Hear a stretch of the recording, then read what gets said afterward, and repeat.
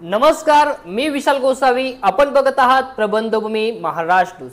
प्रबंधभूमी महाराष्ट्र न्यूजच्या माध्यमातून आपण गेल्या अनेक दिवसांपासून विधानसभेच्या दृष्टिकोनातून जे काही विधानसभा मतदारसंघ आहेत नाशिक जिल्ह्यामध्ये त्यातील काही महत्त्वाच्या लोकांच्या मुलाखती घेत आहोत. कारण की आपण जनतेमध्ये फिरत असताना असे अनेक उमेदवार आहेत जनतेच्या मनातील त्यांचे नावे पुढे येत आहेत.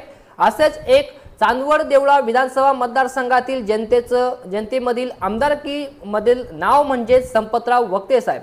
यांच्याशी आपण चर्चा करणार आहोत. यांची प्रखर मुलाखत आपण आपल्या समोर प्रबंधच्या माध्यमातून मांडणार आहोत की या व्यक्तिमत्वाने गेल्या अनेक वर्षापासून राजकारणात आहेत, कशा पद्धतीने काम केलेलं आहे, जनता यांना का म्हणते की आपण आमदारकी लढावी आणि आपण येणाऱ्या देवळा चांदवड मतदारसंघाचे आमदार असावेत, या संदर्भात आपण चर्चा करणार आहोत. तर आपल्या सोबत आहेत संपतराव वक्ते साहेब. आपले प्रबंधमध्ये स्वागत करतो. नमस्कार. प्रबंधभूमीचे मी आभार व्यक्त करतो.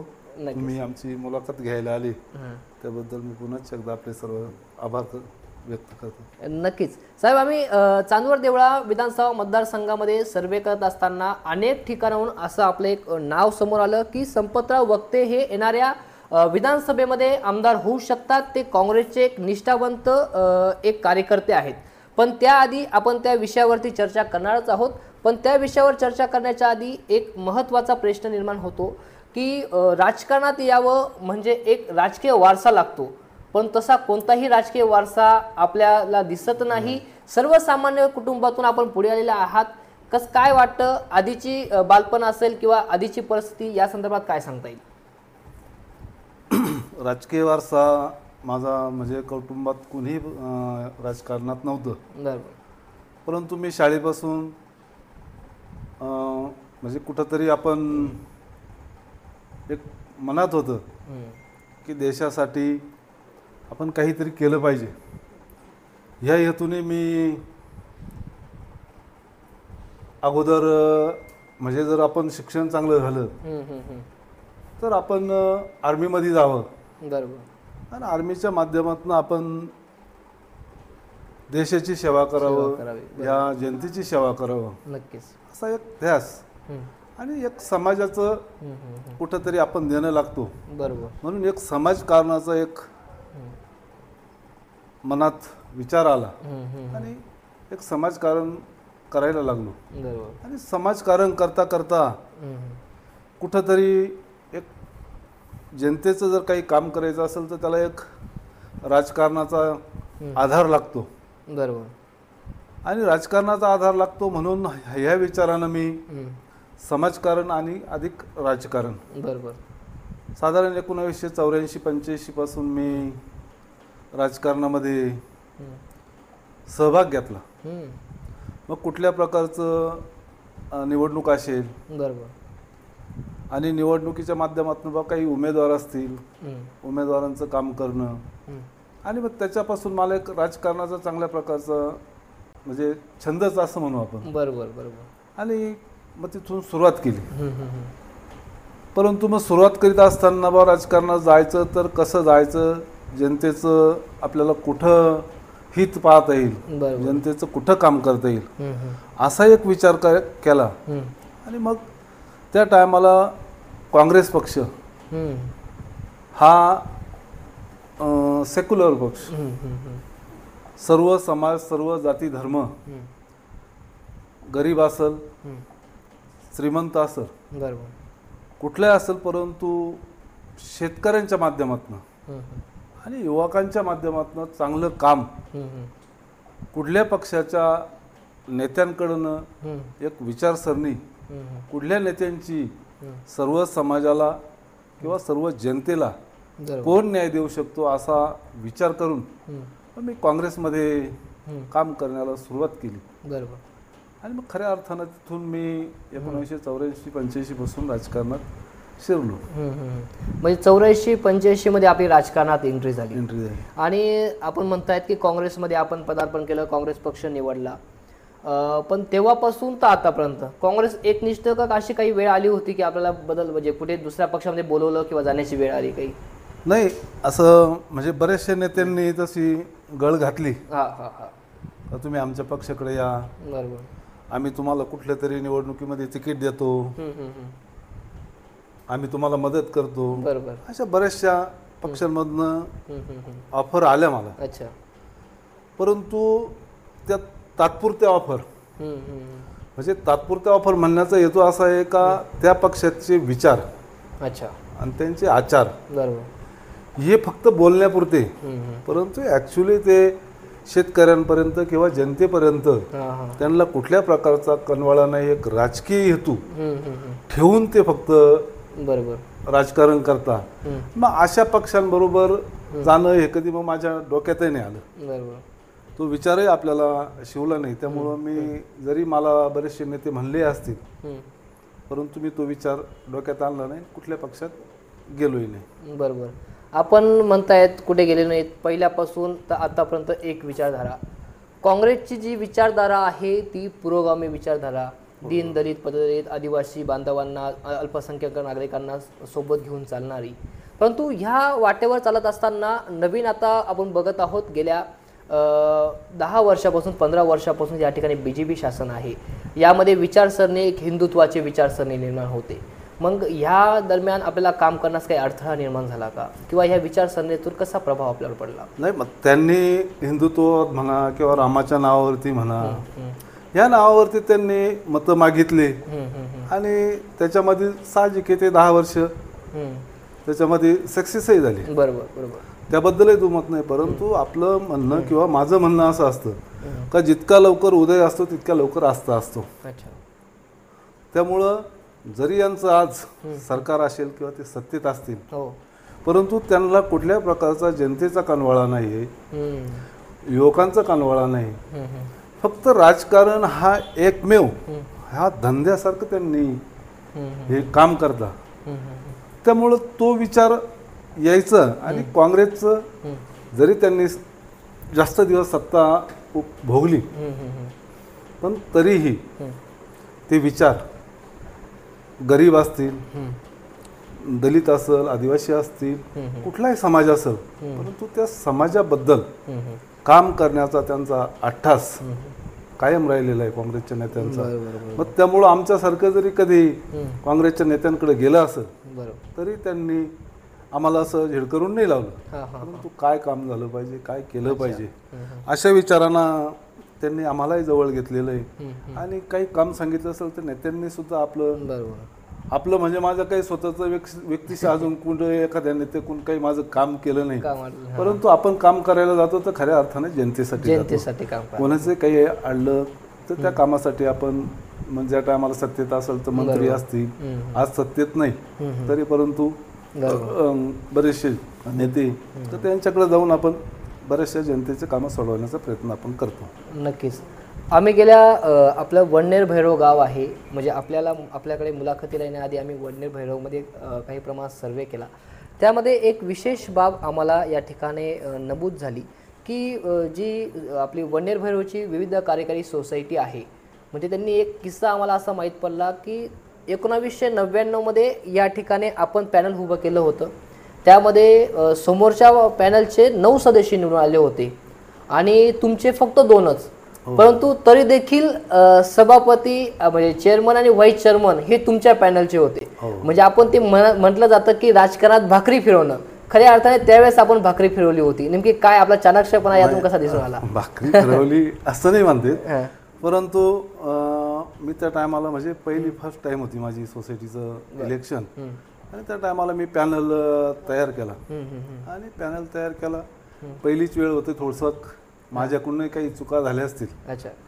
परंतु तरी जनतेने मला त्या टायमाला 2 सीटं 11ची बॉडी असताना 2 सीटं निवडून आलो आणि 2 सीटं निवडून आल्यावर थोडीशी एक माझी नाराजी झाली, कारण कायम आपण जनतेचे कामं करतो आणि थोडंसं एक त्या टायमाचं 30-32चं वय आणि मग तरी आपण 2 सीटं आले, परंतु तरी मला काही हितचिंतक सभासद यांनी सांगितलं की काही हरकत नाही, आज 2 आले, पुढे जास्त येतील. तो विचार मनात न ठेवता मग जनतेचे कामं केली पाहिजे. या विचारांना जनतेचे कामं करण्याचा एक डोक्यात तो ध्यास आणि मग त्या टायमाला जे 2 आम्ही निवडून आलो बरोबर. तर त्या टायमाला अपोजिट जे काही होते हम्म, हम्म, हम्म. तर त्यांच्यामध्ये थोडंसं चलबिचल बरोबर. त्यांची झाली. हम्म, हम्म. आणि चलबिचल झाल्यानंतर आता कोणी असला हा हा. तर त्या टायमाला आता समोरचा पॅनल म्हणल्यावर माझे 2 आले तर मी विरोधक म्हणूनच बरोबर बरोबर नक्की. झालो. तर मग त्यांच्यात चलबिचल झाली तर आपण ह्या पार्टीला नाही तर त्या पार्टीला कुठंतरी बा नक्कीच. त्यांच्यामध्ये 2 झाल्यानंतर एक पार्टीला आम्ही सांगितलं काय हरकत नाही. हो हो हो. मग त्या हिशोबाने हम्म, हम्म. परंतु ज्यांना सांगितलं तर त्यांनाही अडचण आली हा. आणि मग त्यांनी सांगितलं का आता मी नाही चेअरमन होत, हम्म, हम्म, हम्म. तुम्ही चेअरमन व्हा. अरे वा. आणि योगांतरानं परमेश्वर कृपेने गंमत अशी झाली का आम्ही दोघांनी फॉर्म भरला चेअरमन व्हायचा आम्ही दोघांनीच. बरोबर बरोबर. आणि समोरच्यांनी हम्म. म्हणजे ॲक्च्युली बिनविरोध मला अरे वा. ते चेअरमन पद दिलं. बरोबर. म्हणजे कुठं त्यांच्याकडं 2 का 5 का माझ्याकडे एवढे बरोबर. असं काही न होता बरोबर. बिनविरोध दिली. हम्म. नाही थोडंसं गाव आहे आमचं तसं चांगलं. हम्म, हम्म. आणि तरी मग 7 वर्ष त्या टायमाला माझे तो कार्यकाळ गेला. परंतु तरी आमच्या त्या सर्व संचालक मंडळाने जरी आम्ही 2 असताना सुद्धा तरी त्यांनी चांगल्या प्रकारची मदत मला करून मला मदत करण्यापेक्षा जनतेचं काम कसं काम झालं पाहिजे. अशा सगळ्या विचारांना मग आम्ही बुवा आम्ही 2 आणि ते 9 असा ही विभागणी न करता एकत्रितरित्या आम्ही सर्वांनी काम केलं आणि त्या कार्यकाळात 7 वर्ष आणि त्यानंतरही पुन्हा पॅनल झाले. म्हणजे प्रत्येक पंचवार्षिकला पॅनल होता आला. परंतु मी जे 7 वर्षात जे कामकाज केलं बरोबर तर त्या कामकाजाच्या जोरावर म्हणा किंवा लोकांना तो विश्वास पटला की हा माणूस चांगलं काम करू शकतो. बरोबर. आणि मग कुठल्याही गरीब जरी एखादा सभासद असेल तरी त्याचं काम झालं पाहिजे. बरोबर. आणि तो शेतकरी म्हणजे संस्थेकडे येतो तो शेतकरी त्याच्याजवळ कुठल्या प्रकारचं भांडवल नसतं. आणि भांडवल नसतं म्हणून आपली शेती उभी करायची तर आपल्याला भांडवल मिळालं पाहिजे. तर इतर ज्या बँका आहेत तर त्या गरीब शेतकऱ्याला उभं करत नाही. बरोबर. मग अशा टायमाला गरीब शेतकऱ्याचं काय तर बा हा गरीब शेतकरी आपला वर आला पाहिजे. अशा हिशोबानं आम्ही किती गरीब माणूस असेल म्हणजे त्याला साधारण अर्धा एकर जरी जमीन असेल तरी त्याला कुठंतरी त्याला भांडवल मिळालं पाहिजे आणि तो मोठा झाला पाहिजे. अशा विचारांना प्रत्येक सभासदाचं प्रत्येक नागरिकाचं बरोबर काम करीत आलो आणि त्यांना सुद्धा मोठं करीत गेलो. त्या विश्वासावर पुढले जरी निवडणुका झाल्या तरी मग जनतेनं माझ्या पॅनलला पूर्णपणे सपोर्ट केला. बहुमतात आम्ही येत गेलो आणि आज साधारण 26-27 वर्ष झाली. तसं अजून मला आमच्या सभासदांनी आमच्या सर्व हितचिंतकांनी सर्वांनीच मदत करून आणि आजपर्यंत संस्थेत मी माझी बॉडी आहे. नक्कीच. म्हणजे 1999 मध्ये किंग मेकर ठरलेले संपतराव आज देखील सोसायटीच्या चेअरमन पदावरती आहे. हो आहे अजून आज आहे. म्हणजे एक राजकारणातलं एक आदर्श व्यक्तिमत्व कशाला म्हणावं किंवा या आदर्श व्यक्तिमत्वाच्या माध्यमातून जनतेची सेवा कशी व्हावी हे एक उत्तम उदाहरण म्हणजे संपतराव वक्ते. वक्ते साहेब एक जिल्हा परिषद सदस्य देखील आपण होतात. त्या काळात देखील चांगल्या प्रकारे काम आपल्यातर्फे झालेलं असावं. त्यावेळेचा काय अनुभव सांगता येईल? 2007ला मी जिल्हा परिषदला निवडून आलो आणि तसा मी 1995ला ग्रामपालिकेला निवडून आलो होतो. अच्छा. आणि त्याचा थोडा अनुभव मला काही प्रमाणात होताच. आणि मग जिल्हा परिषदला 2007ला निवडून आलो. ग्रामपालिकेचा अनुभव आणि त्या अनुभवाने मी डायरेक्ट जिल्हा परिषद आणि जिल्हा परिषदमध्ये तसं शिकण्यासाठी म्हणजे मला शिकायला 1 वर्ष तसं गेलंच. परंतु जा पहिलं 1 वर्ष गेल्यानंतर बाकी मग मी काही मागं वळून बघितलं नाही. आणि जिल्हा परिषदेमध्ये तुम्ही मान्य करणार नाही अध्यक्ष असतील उपाध्यक्ष असतील सभापती असतील. तो 2007 ते 2012 आजही तुम्ही जर जिल्हा परिषदचं रेकॉर्ड पाहिलं तर 1 नंबरचं काम वडनेर गटातच राहील. माझं चॅलेंज आहे. म्हणजे साधारण रस्ते असतील त्या टायमाला किटीवर बंधारे असतील काही सबसिड्या म्हणजे ट्रॅक्टर सबसिड्या असतील म्हणजे इतर वाहनांच्या काही सबसिड्या असतील. प्रत्येकामध्ये एक जीव ओतून काम करायचं. कारण जनतेनं आपल्याला निवडून दिलेलं आहे तर ते जनतेच्या कामासाठी निवडून दिलेलं आहे. आणि जर आपण मग त्यांनी निवडून दिलं तर त्याचं आपण सार्थक केलं पाहिजे. म्हणून मग रात्र किंवा दिवस याचा कुठल्याही प्रकारची तमा न बाळगता आपण फक्त जनतेसाठी काम केलं पाहिजे. माझा शेतकरी मोठा झाला पाहिजे, माझा मित्र मोठा झाला पाहिजे, माझा दलित मोठा झाला पाहिजे, आदिवासी मोठा झाला पाहिजे. हा प्रत्येक वर्गाला न्याय द्यायचं काम मी खऱ्या अर्थानं जिल्हा परिषदमध्ये फार काम केलं. मग शिक्षण क्षेत्र असेल, आरोग्य क्षेत्र असेल, बांधकाम क्षेत्र असेल, कृषी खातं असेल. म्हणजे त्या टायमाला सुद्धा मी सभापती नाही झालो, परंतु तरी मी त्या टायमाला 5 वर्षे कृषी खात्यावरच सदस्य म्हणून राहिलो. कारण कृषी खात्याकडनं शेतकऱ्याची सेवा करण्याची जास्त संधी मिळते. आणि साहजिक आहे त्याच्यावरती जरी पैसा त्या टायमाला कमी टाकायची कृषी खात्यावरती, परंतु तरी जरी कमी असेल तरी त्या माध्यमातून आपण शेतकऱ्याला कसा न्याय देता येईल अशा प्रकारचं एक डोक्यात कल्पना होती. आणि म्हणून मी ते कृषी खात्यावरच एक सदस्य म्हणून मी तिथं राहिलो आणि जास्तीत जास्त काम करण्याचा. आणि मी मग बोललो ना तुम्हाला, खरोखर मी जिल्ह्यात 1 नंबरचं काम ह्या वडनेर गटामध्ये केलेलं आहे. तुम्ही मला पटणार नाही, अजून इथं रोड आहे आमचा. इथं आता इथं स्टार्ट होतो, इथं रोड आहे. 2007ला मी निवडून आल्यानंतर माझ्या माहितीप्रमाणे 8ला किंवा 9ला रोड केलेला आहे. पण अजूनही जरी खडा निघाला ना, अजूनही खडा निघाला तर राजकारणातून बाजूला होईल असं त्या टायमाला रोड करेल. नाही तर आता रोड करता प्रत्येक जण, या वर्षी केला का पुढच्या वर्षी खड्डे पडता. परंतु कुठल्या प्रकारची अपेक्षा न करता आपण जनतेची सेवा केली पाहिजे आणि जनतेचं काम केलं पाहिजे.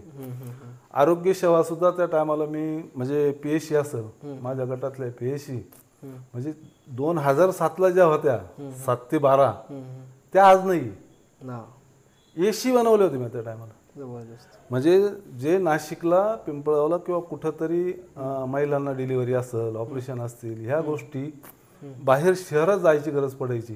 परंतु मी त्या 5 वर्षाच्या कालावधीमध्ये शहरातला माणूस आपल्याकडे आला पाहिजे. आणि इथं म्हणजे जेवणाचं एक खेड्यागावामध्ये पेशंट आल्यानंतर जर ते ॲडमिट असेल तर त्याच्या जेवणापासून सगळ्या गोष्टीपर्यंत मोफत. अरे वा. ही गोष्ट मी माझ्या गटात त्या टायमाला केली होती. म्हणून मी छातीलात लावून सांगतो का जिल्हा परिषदच्या 5 वर्षाच्या कार्यकाळामध्ये मी जिल्ह्यामध्ये 1 नंबरचं काम 100% केलं. नक्कीच, खरंच अभिमान वाटतो की एक जिल्हा परिषद सदस्य एवढ्यापर्यंत काम करू शकतो. तर नक्कीच या पलीकडे जाऊन संपतराव वक्ते यांनी आमदार व्हावं, यामुळेच ह्या जनतेची इच्छा असावी असं आम्हाला वाटतं. आम्ही मतदारसंघामध्ये फिरत असताना संपतराव वक्ते वारंवार नाव त्या ठिकाणी चर्चेत आलं. तुमच्या गटामध्ये प्रामुख्याने त्या ठिकाणी नाव घेतलं गेलं की यांनी आमदारकी लढवली पाहिजे किंवा हे नाव पुढे आलं पाहिजे. गेल्या अनेक दिवसांपासून तुम्ही आता राजकारणात आहात, एकनिष्ठ म्हणून काँग्रेसमध्ये या ठिकाणी आहात. काय वाटतं आपल्याला येणाऱ्या काळामध्ये काँग्रेसची उमेदवारी मिळू शकते किंवा त्या दृष्टिकोनातून आपलं काय नियोजन असणार? नाही, आता साधारण मी तुम्हाला बघा बोललो 84-85 पासून मी काँग्रेस पक्षामध्ये काम करतो. परंतु साधारण मी 99ला 2004ला तिकीट मागणी केली होती. म्हणजे त्याच्या पुढेही केली. बरोबर. म्हणजे 4ला केली सर, पुन्हा 9ला. परंतु काही वेळेस हा मतदारसंघ राष्ट्रवादीच्या आघाडीमध्ये राष्ट्रवादीकडे गेला. त्या टायमाला मला थांबावं लागलं. 2-3 वेळेस शिरीष कुमार कोतवालांना तिकीट मिळालं. त्या टायमाला मग मी माझ्या वरच्या वरिष्ठांनी सांगितलं का बा तू थांब एवढ्या वेळेस, पुढच्या पडला मी तुझा विचार करू. तरी मी साधारण 2 वेळेपासून, आत्ताही 2 वेळेपासून, म्हणजे मागच्या पडला काँग्रेसचं तिकीट होतं, म्हणजे मागच्या 2 वेळेसपासून काँग्रेसचं तिकीट होतं. पण तरी मी वरच्या श्रेष्ठीने सांगितले, मी थांबलो. आणि थांबूनही बी परंतु एक पक्षाचा कामकाज म्हणजे तुम्ही मागच्या इलेक्शनला जरी पाहाल तर चांदवड तालुक्यामध्ये म्हणजे वडनेर गटामध्ये, फक्त वडनेर गटामध्ये 5,000च्या पुढं लीड आम्ही काँग्रेस पक्षाला मिळून दिलं. तर चांदवड इकडं कमी पडली होती मतं, परंतु वडनेर गटाने म्हणजे मी माझ्या गटामधून जास्तीत जास्त प्रयत्न करून आपल्या पक्षाचा उमेदवार निवडून कसं येईल हा विचार करून आणि कसोशीनं प्रयत्न करून आपले उमेदवार निवडून आले पाहिजे हा विचार करता. पण तरी 2 वेळेस आणि मग हे असताना मागच्या पडल्या बी आम्हाला वरिष्ठांनी सांगितलं आता ह्या वेळेस त्यांनी जे मागच्या पडलेलं आश्वासन दिलेलं आहे आपल्याला की तुला पुढच्या पडलेला आम्ही तुझा विचार करू. मग आज जर 40 वर्षापासून आपण या राजकारणात सक्रिय आहे, या पक्षात कुठल्या प्रकारचा पक्ष बदलण्याचं आपल्या डोक्यात कधी आलं नाही आणि एक निष्ठा आणि पक्षाचं ध्येय धोरण आपल्याला पटतं ह्या दृष्टीनं आता ह्या वेळेसही मी तिकीट मागणी केलेली पक्षश्रेष्ठींकडे आणि तिकीट मला आता 40 वर्ष जो माणूस थांबतोय नक्कीच नक्कीच त्या माणसाला आज तिकीट देणार नाही असं तर घडणार नाही असं मला वाटतं. नक्कीच नक्कीच. त्यामुळं मला डेफिनेट ह्या वेळेस मला तिकीट मिळेल अशी 100% खात्री वाटते. खात्री आहे. नक्कीच. म्हणजे काँग्रेस पक्षाचे एकनिष्ठ असलेले संपतराव वक्ते या ठिकाणी आपण बघितलं तर वन्नेर भैरव या गटामध्ये आज देखील ज्यांनी जिल्हा परिषदचं काम जिल्हा परिषद मार्फत जे काम उभं केलं होतं ते काम अजून देखील संपतराव वक्ते यांची ओळख देत आहे. असं व्यक्तिमत्व आमदारकीला निवडणूक लढवावी आमदार व्हावं असं या जनतेला वाटत असताना त्यांनी सांगितलं की अजून देखील जो त्यांचा मतदार आहे तो काँग्रेस पक्षाचा मतदार त्यांनी या ठिकाणी टिकून ठेवलेला आहे.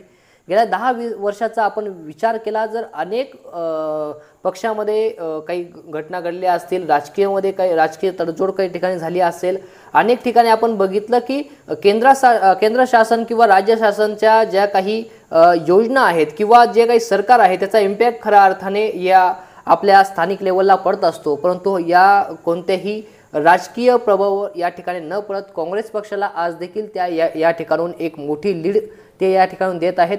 खऱ्या अर्थाने एक अभिमान आपला असं वाटतो की आपण ज्या पद्धतीने क्वालिटी काम केलेलं आहे आपल्या जिल्हा परिषद काळामध्ये ते आज काम जिल्ह्यामध्ये कुठे दिसत नाही ही एक शोकांतिका आहे. परंतु आता आपले पुढील नियोजन काय असणार आहे. आपण विश्वास व्यक्त केला आहे की आपल्याला या ठिकाणी काँग्रेसची उमेदवारी मिळणार आहे तर एक विश्वास आपल्याला आहे आणि येणाऱ्या काळामध्ये उमेदवारी आपल्याला मिळेल आणि आपलं काय नियोजन असणार आहे.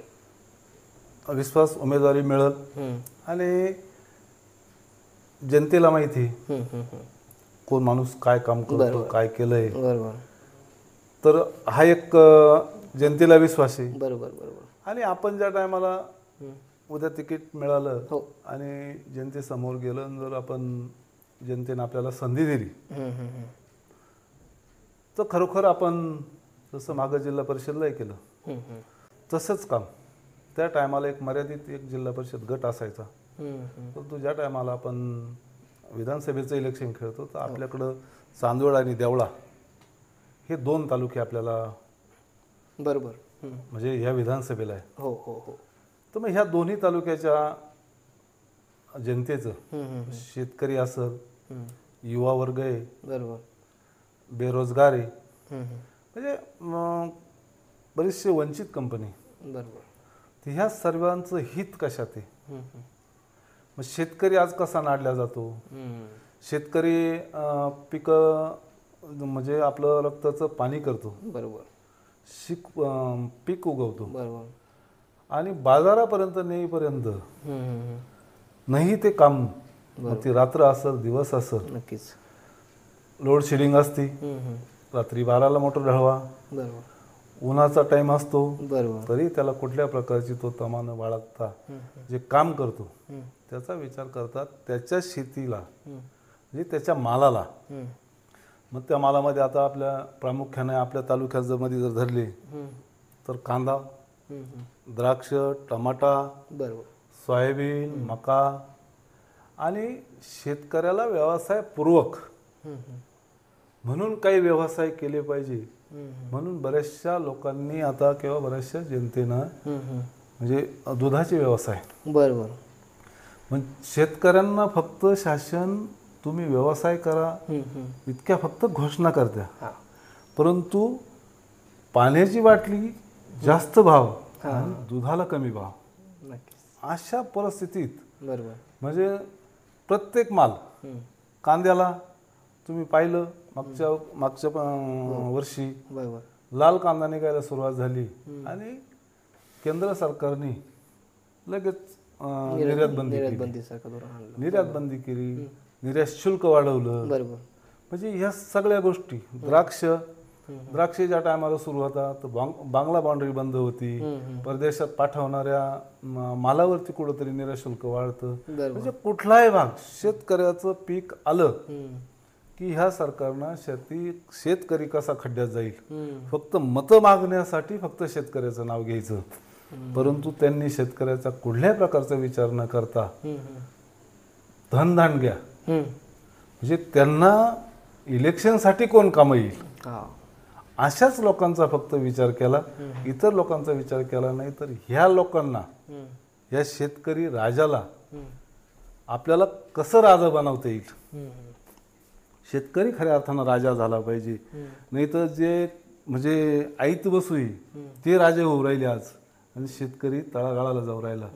तर खऱ्या अर्थानं आपल्याला शेतकरी, युवक, बेरोजगार, दलित, जे वंचित लोक आहेत तर यांना खऱ्या अर्थानं आपल्याला पुढे आणण्याचा खऱ्या अर्थानं माझा मानस आहे. आज शिक्षण झालेले ग्रॅज्युएट पोरं, परंतु त्यांना ग्रॅज्युएट झाल्यावर त्याला लगेच शेती जमत नाही आणि नोकरी मिळत नाही आणि व्यवसाय नाही. म्हणजे कुठल्याही प्रकारचं युवकांसाठी सुद्धा ठोस निर्णय ह्या शासनाचा नाहीये. आणि हे ठोस निर्णय जर उद्या यदा कदाचित जनतेनं आपल्याला ही संधी दिली तर शेतकरी असेल, युवक असेल, हे सर्व घटकांना आपण चांगल्या प्रकारचा न्याय देण्याचं काम करू. ह्यासाठी खऱ्या अर्थाने ही विधानसभा लढण्याची माझ्या खरा मानस आहे. बरोबर. आपण विधानसभेचा नक्कीच विचार करत आहोत. त्याच्या पहिले आपण जर आधीचा विचार केला तर लोकसभेचा, तुम्ही आता ह्या शेतकरी मुद्दे या ठिकाणी बोलून दाखवले. प्रामुख्याने आपलं चांदवड देवळा मतदारसंघ हा शेती बहुल आहे, शेतीवरती जास्त व्यवसाय या ठिकाणी निगडित आहेत. मोठ्या प्रमाणात कांदा पीक, द्राक्ष पीक तुम्ही त्या ठिकाणी उल्लेख केला. कांदा पिकावर खऱ्या अर्थाने दिंडोरी लोकसभा मतदारसंघाची निवडणूक लढली गेली किंवा त्यावरती मुद्द्यांवरती जास्त चर्चा झाली असं आपण म्हणतो.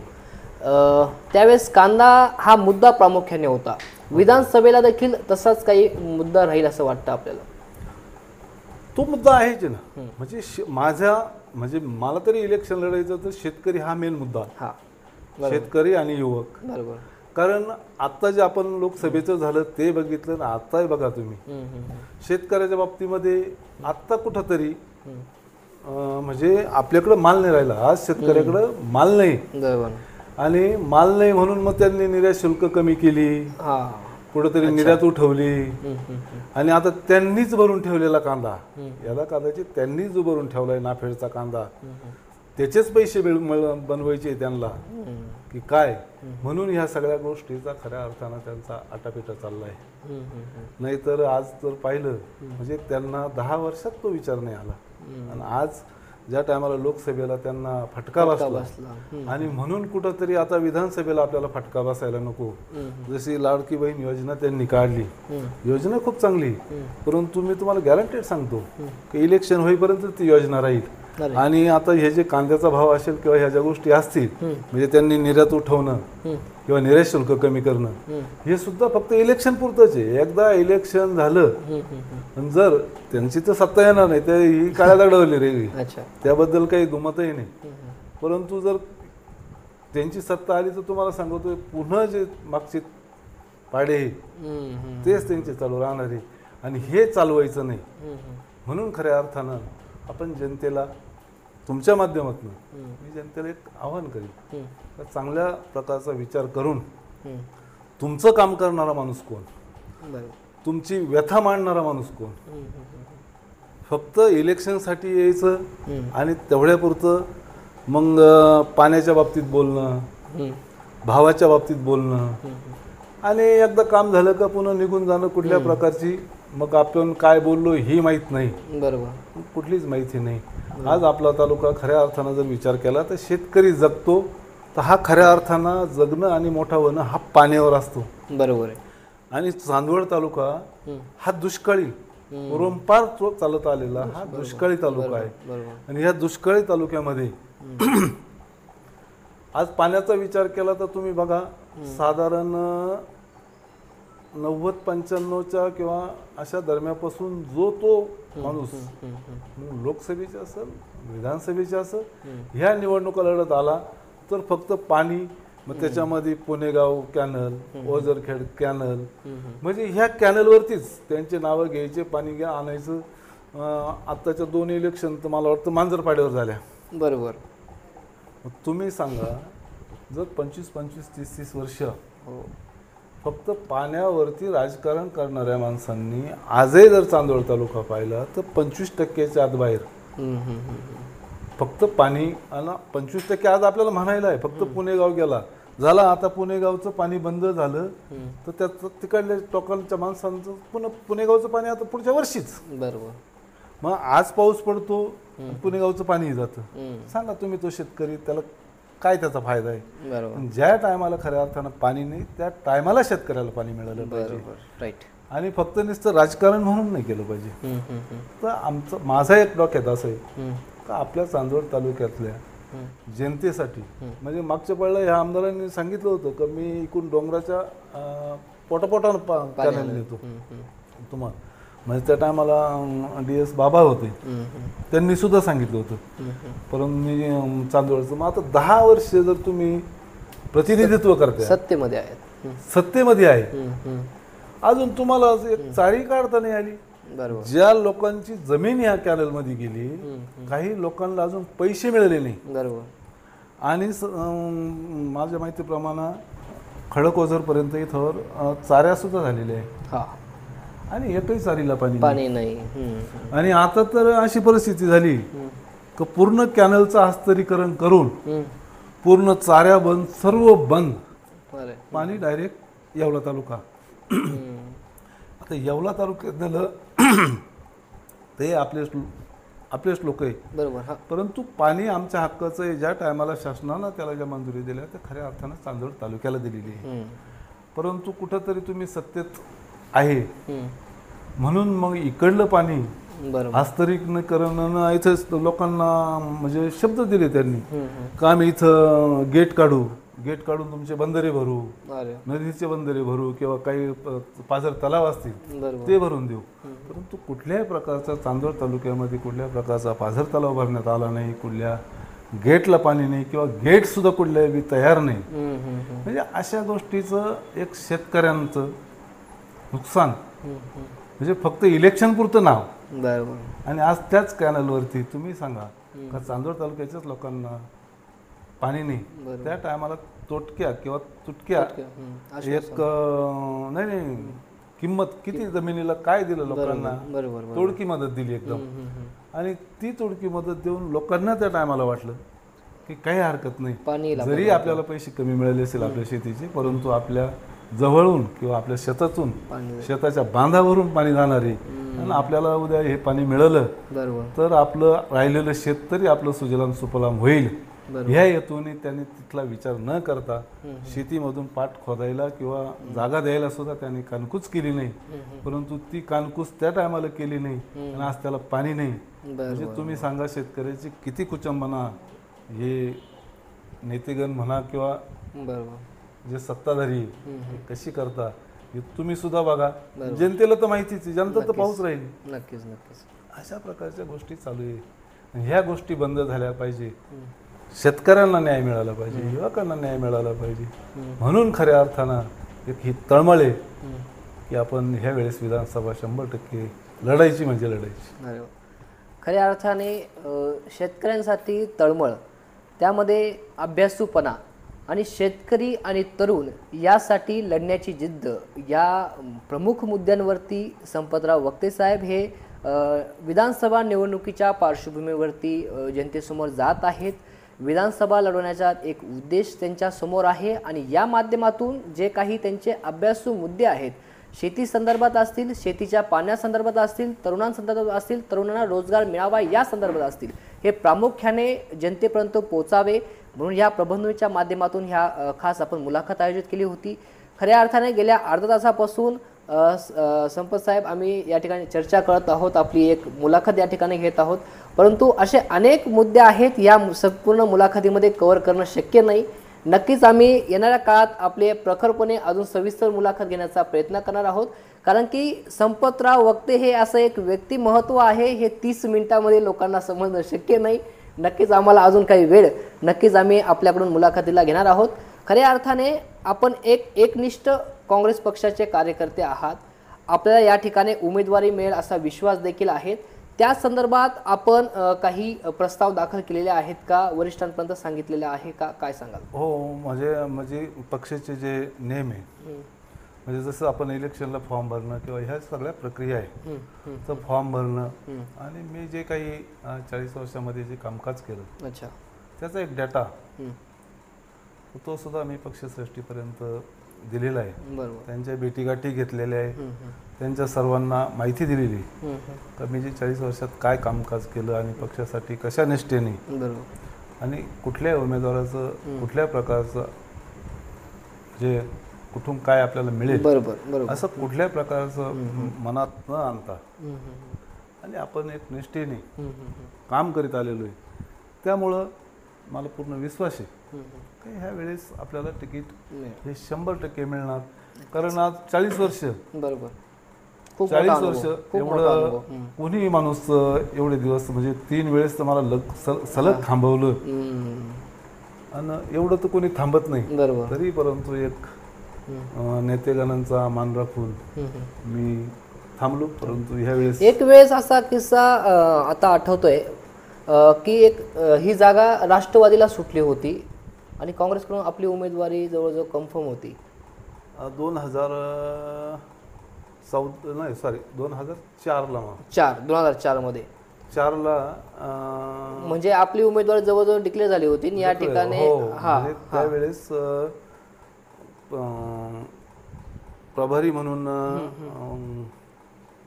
मार्गारेट आल्वा आणि प्रभाताई ओझा या निरीक्षक म्हणून होत्या आणि मालेगावला मीटिंग झाली आणि त्या टायमाला मग काँग्रेसमध्ये म्हणजे परिस्थिती अशी होती का 99ला राष्ट्रवादीचे आमदार निवडून आले होते. बरोबर, आणि काँग्रेसमधून राष्ट्रवादी फुटली होती त्यावेळेस. हो, बरोबर. मग त्यामुळे काँग्रेसची परिस्थिती ती राहिली नव्हती. बरोबर.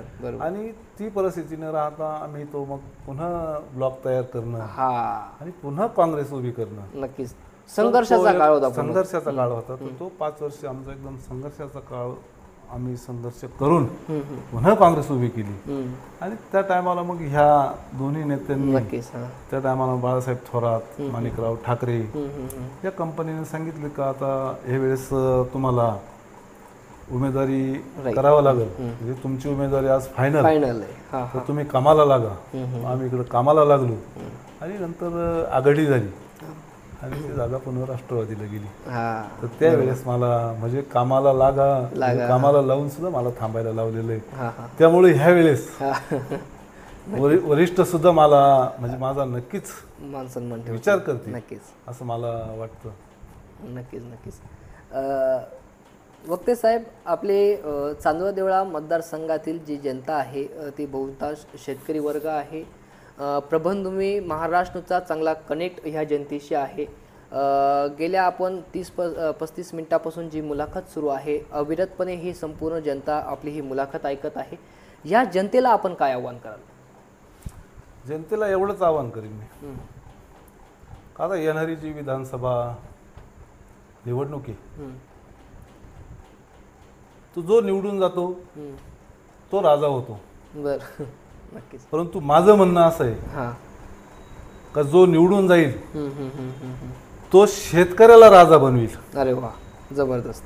जो शेतकऱ्याला राजा बनवेल अशा व्यक्तीला खऱ्या अर्थानं तुम्ही प्रतिनिधी द्या, अशी माझी अपेक्षा आहे. मग त्याच्यामध्ये सर्व युवक आले, सगळे आले, सर्व जनतेचं काम करण्याचा कणवाळा आणि करण्याचं त्याची कायमची धडपड असणाऱ्या माणसाला खऱ्या अर्थानं तुम्ही संधी द्यायला पाहिजे, अशी मी या सर्व जनतेला एक आव्हान करील.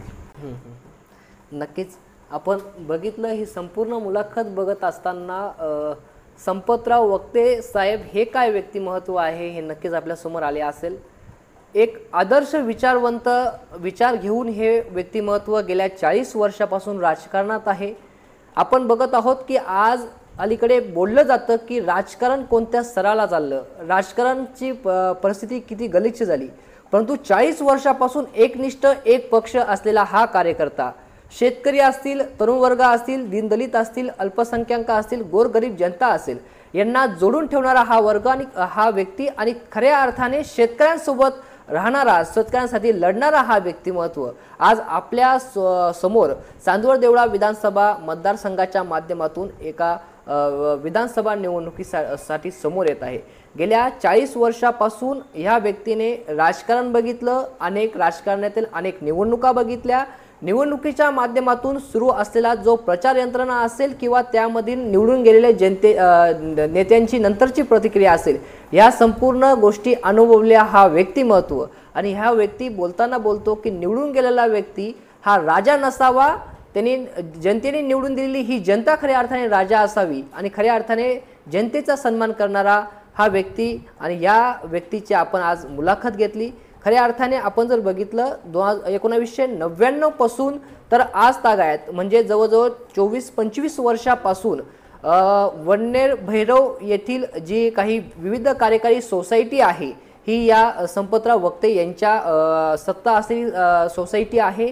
ते या ठिकाणी चेअरमन आहेत। खऱ्या अर्थाने आपण बघितलं की विविध कार्यकारी सोसायटी जी असते ती शेतकऱ्यांसाठी काम करत असते। शेतकऱ्यांचं बहुल मत त्या ठिकाणी या ठिकाणी बहुमोल मत असतं आणि खऱ्या अर्थाने शेतकऱ्यांनी ज्या व्यक्तीवर गेल्या 25-26 वर्षापासून प्रेम केलेलं असेल, जिल्हा परिषदच्या माध्यमातून वन्नेर भैरव गटामध्ये जे झालेलं काम असेल त्या कामाची पावती आणि 25-26 वर्षापासून शेतकऱ्यांचं असलेलं प्रेम, त्याच पद्धतीने 40 वर्षाचा राजकारणाचा अनुभव, एकनिष्ठ काँग्रेस पक्षास एकनिष्ठ एक पक्ष या काँग्रेस पक्षाशी ते राहिलेले आहेत। नक्कीच येणाऱ्या काळामध्ये आपल्याला चांगली संधी मिळो, आपल्याला उमेदवारी मिळो आणि उमेदवारी मिळाल्यानंतर नक्कीच आम्ही आपली मुलाखत घ्यायला पुन्हा एकदा येणार आहोत, कारण की आपले अनेक मुद्दे असे आहेत ते या ठिकाणी सुटून गेलेले आहेत, ते देखील आम्ही मांडण्याचा या ठिकाणी प्रयत्न करणार आहोत। आपल्याला येणाऱ्या पुढील वाटचालीसाठी आम्ही शुभेच्छा देतो आणि प्रभू गणराया चरणी प्रार्थना करतो की आपले ज्या इच्छा, मनोकामना, इच्छा, आकांक्षा आहेत त्या आपल्या पूर्ण होत आणि येणाऱ्या विधानसभा निवडणुकीमध्ये आपली चांगला प्रभाव या ठिकाणी पडो अशा इच्छा गणराया चरणी व्यक्त करतो। आणि आपण ज्या यावेळी प्रबंधभूमीला जो वेळ दिला, बहुमूल्य वेळ दिला, त्याबद्दल आपले आभार व्यक्त करतो। धन्यवाद। धन्यवाद। प्रबंधभूमीचे पण मी लाख लाख आभार मानतो। थँक्यू।